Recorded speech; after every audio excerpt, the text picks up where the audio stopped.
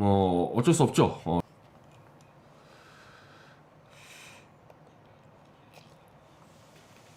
자, 그리고 재보선 이후에 이제 이 사면 얘기인데 51대 45 동아일보 조사인데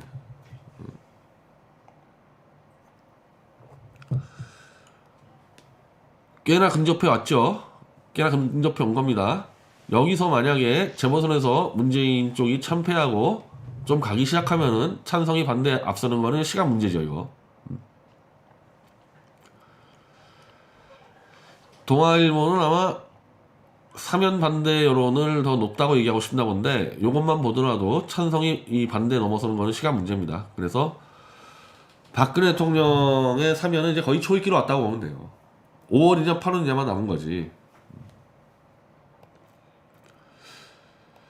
아, 그리고 유승민이 겁먹고 있죠. 어차피 사면 될 게 뻔하기 때문에 선제 작업을 하는 겁니다. 나온들 무슨 정치하겠냐.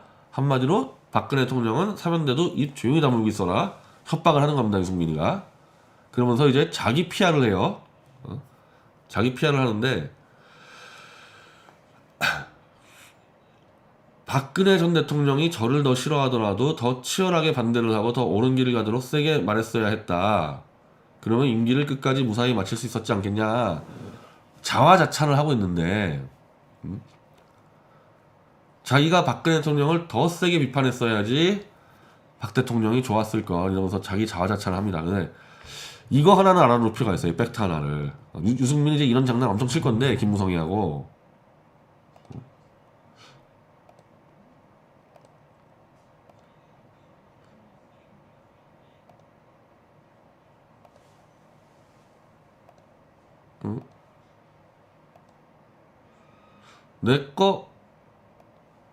내가 쓴 게 안 들어왔나? 아, 여기 있죠.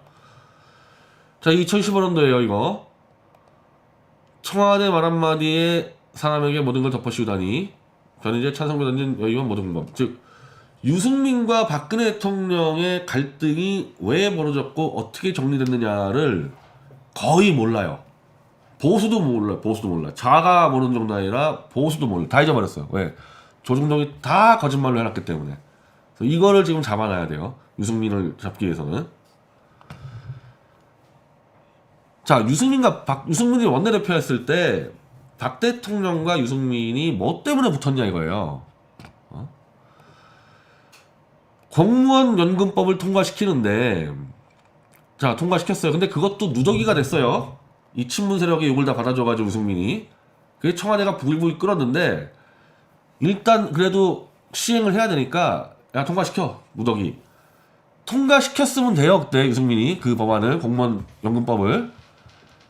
근데 그 연금법을 통과시키면서 친문 내각제 세력과 야합을 해가지고 유승민이 전혀 관계없는 공무원 연금법과 전혀 관계없는 행정부와 입법부 간의 관계를 설정하는 사실상 내각제를 할 수 있는 법안을 야밤에 기습적으로 통과시켜버렸습니다.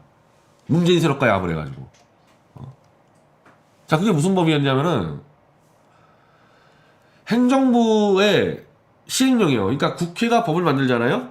그 법을 행정부가 시행하려면은 좀 더 구체적으로 시행령을 쭉 만듭니다.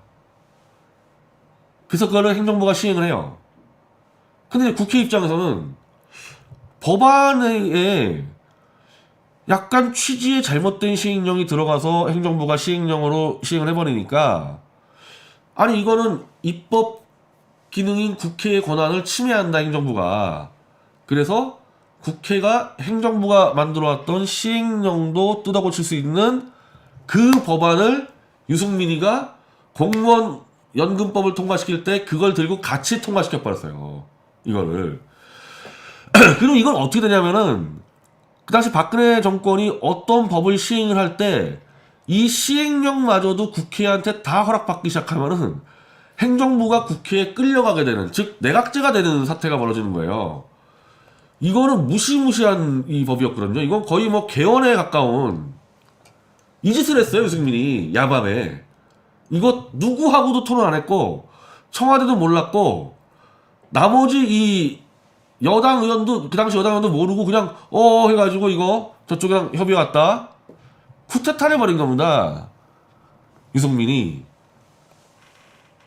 그래서 이거는 박근혜 대통령 입장에서는 이거 환장하는 거죠. 아니 공무원 연금법을 개정해가지고 한 거의 10년간 무슨 300조를 아끼고 그리고 그게 공무원 연금법 개정이라는 게 공무원들이 들고 일하는데 이게 쉽지가 않은데 어떻게 해서라도 그냥 해서 일단은 법안을 만들어서 통과를 시켰는데 이 유승민 이자가 청와대 행정부를 무너뜨리기 위해 가지고 이 시행령을 국회가 개정할 수 있도록 하는 이 야합하는 법을 같이 통과시켜 버리니까 그럼 박근혜 대통령 입장에서 이거를 그냥 받아들이게 되면 이거는 완전히 행정부의 권한 침해가 되는 거고 그렇다고 이거를 쳐버리면은 어쨌든 여야가 합의해서 통과시켰는데 여야 정치가 무너지게 돼 있는 완전히 박 대통령의 앞뒤를 다 막은 하나의 정치 공작 짓을 한 거예요, 유승민이가. 근데 박 대통령이 결국에는 이거 안 돼. 행정부 시행령. 이거 안 돼. 거부권 행사하게 됐죠. 그러면은 유승민이가 얼마나 교활한 자냐면은 만약에 자기가 이 행정부 시행령을 국회가 뜯어고칠 수 있는 법안이 정말 중요했다 그러면요. 자기가 원내대표로서 그러니까 거부권 행사하게 되면은 원래 과반이면 통과되는 법안이 3분의 2 이상 동의가 있어야지 통과됩니다. 그러면 유승민은 국회에 들어가서 이거는 내가 사전에 이 청와대와 얘기 못했지만 절대적으로 필요한 법이니까 이 행정부 시행령 3분의 2 찬성으로 통과시켜달라 이렇게 승부를 걸었으면 돼요. 근데 이자가 어떻게 했냐면은 대통령이 너무 화를 내셔가지고 죄송합니다. 지금 박근혜 대통령은 입법과 정책을 얘기한 거거든요. 너 이런 개헌이 필요한 수준의 이런 법을 야밤에 통과시키면 안 돼. 쳤잖아요. 그럼 그 법안 가지고 논의하면 되는데 이 작자가 장난을 치는 거예요. 박근혜 대통령이 너무 화를 내셔서 죄송합니다. 마치 그냥 독재자 하나가 열받아가지고 그냥 깽판친 것처럼 싹 바꿔놨어요. 그러면서 이 작자가 원내대표를 딱 그만두면서 나는 대한민국의 헌법의 1조를 지키고 싶었다. 와, 이 무시무시한 자라니까요, 유승민이 이거. 그리고 이것 때문에 박근혜 대통령은 이 국회를 짓밟는 독재자처럼 됐고 야당과의 관계가 다 파탄이 났고 결국 탄핵으로 갈 수밖에 없게끔 만든 유승민의 계략이 이겁니다. 이 짓을 해놓고 이제 와가지고 내가 박근혜 대통령한테 더 말을 세게 했어야 되는데 요거를 다 알아두셔야 돼요. 우리가 내각제하고 탄핵전쟁할 때 이겁니다. 2015년도에요. 요때부터 시작이 돼서 다음에 총선 때 패배하고 탄핵으로 이어진 겁니다. 이거 다 유승민이가 시작한 거예요. 그러니까 제일 한심한 얘기가 유승민이 박근혜 대통령 말을 안 들었다 이런 얘기 하지 마세요. 말 듣고 안 듣고 그 문제가 아닙니다. 이거는 행정부를 발칵 뒤집힐 만한 법안을 야밤에 기습적으로 통과시킨 거예요. 그리고 이걸로 논쟁하면은 무조건 깨지니까 이런 법안을 어떻게 토론 한 번 없이 통과시키냐. 무조건 깨지니까 슬쩍 법안 숨기고 대통령이 너무 화를 내셔서 제가 그만두겠습니다. 이 짓거리 한 겁니다.